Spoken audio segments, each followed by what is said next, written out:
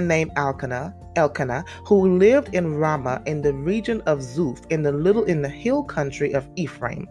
He was the son of Jeroham, son of Elihu, son of Tohu, son of Zuph of Ephraim. Elkanah had 2 wives, Hannah and Peninnah. Peninnah had children, but Hannah did not.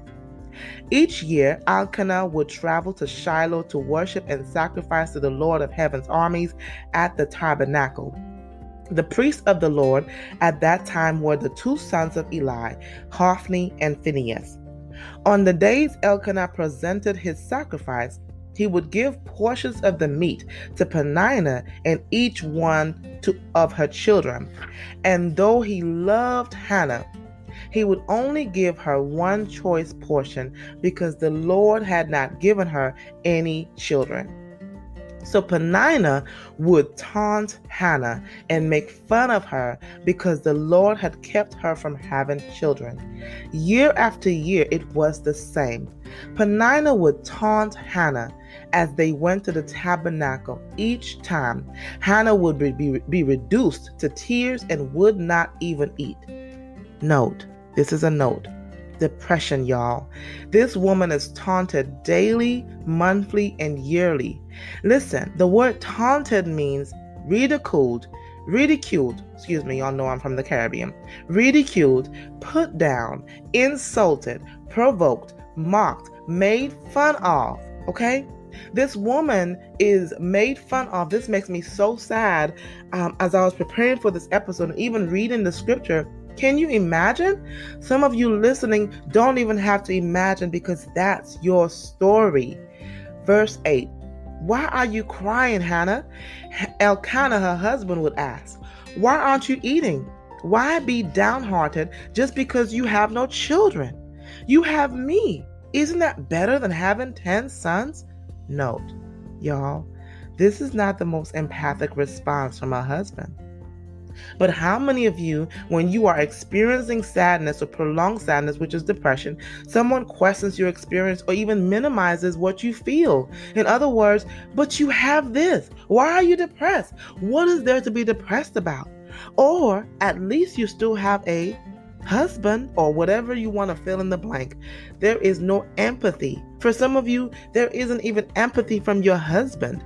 There isn't empathy from your significant other. There's no empathy from your friend or your mama or your grandma or somebody. Verse 9. Once after a sacrificial meal at Shiloh, Hannah got up and went to pray. I have to say this again. Once after a sacrificial meal at Shiloh, Hannah got up and went to pray. Eli the priest was sitting at his customary place beside the entrance at the tabernacle. Hannah was in deep anguish, crying bitterly as she prayed to the Lord.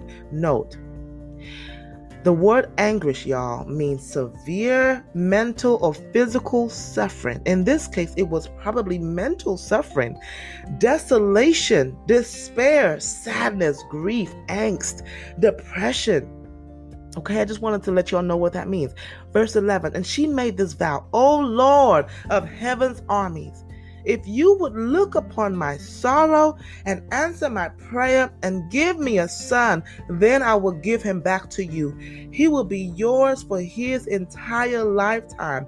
As a sign that he has been dedicated to the Lord, his hair will never be cut.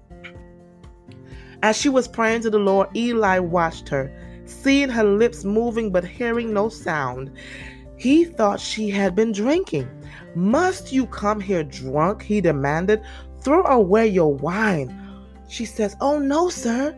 She replied, I haven't been drinking wine or anything stronger, but I am very discouraged and I was pouring out my heart to the Lord. Don't think I am a wicked woman, for I have been praying out of my great anguish and sorrow. In that case, Eli said, go in peace. May the God of Israel grant the request you have asked of him. Oh, thank you, sir, she exclaimed. Then she went back and began to eat again, for she was no longer sad. Woo! This is so power-packed. Okay, y'all.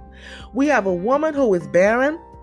And I want you to apply this to any of you, to any situation that you want to, okay? It may not be barrenness of a baby, but it may be barrenness of another way. It may be that you feel empty. It may be barrenness of a baby. It may be that you tried everything and you've had miscarriage upon miscarriage. Or it may be that you've been trying to want a business to come up and it just won't work. It may be that you want marriage and you're just in a place where you feel empty. It may be that you want more from God and you just feel so empty. Whatever that is, it may be that in your marriage, in your relationship, that you're experiencing pain. And this woman feels that God has left her. A lot of times as Christians, we feel that the moment that we're going through something, some type of wilderness experience, we feel like the only person that we tend to first begin to blame, we begin to blame God. This woman possibly believed that God left her, that God neglected her, and she is taunted, she is bullied, she is ridiculed by her co-wife.